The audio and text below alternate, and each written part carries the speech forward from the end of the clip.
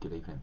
Good evening. So restless leg asked. I asked in the group earlier. A few people put their hands up and said, "Yep, you've got restless leg." So here is what it's all about. So restless leg emotionally links to feeling stuck.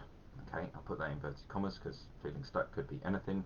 Could be stuck in a relationship. Could be stuck in a job. Could be something with your kids. Some sort of situation you found yourself in.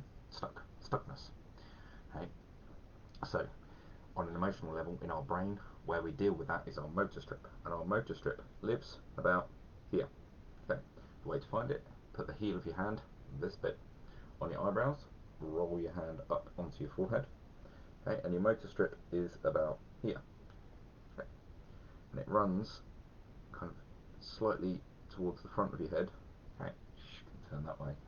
Okay, so it runs slightly towards the front of your head at an oblique angle from the center. Okay, and your legs are just off center. Okay, so your legs are kind of centered and just off. Okay, so depending on which leg it is and if it's both. Okay, so what I'm going to do here is use dib 3 fingers. Okay, I'm going to go onto that motor strip. Okay, so if I'm restless leg right now, okay, tap tap tap tap tap tap tap tap tap tap tap tap, and that's it. Okay, and watch your restless leg vanish. Okay, just tap right there. Okay, and the reason because is the motor strip is there. Okay, there is an issue going on at that region of the brain. Tap it, increases the level of voltage in that area.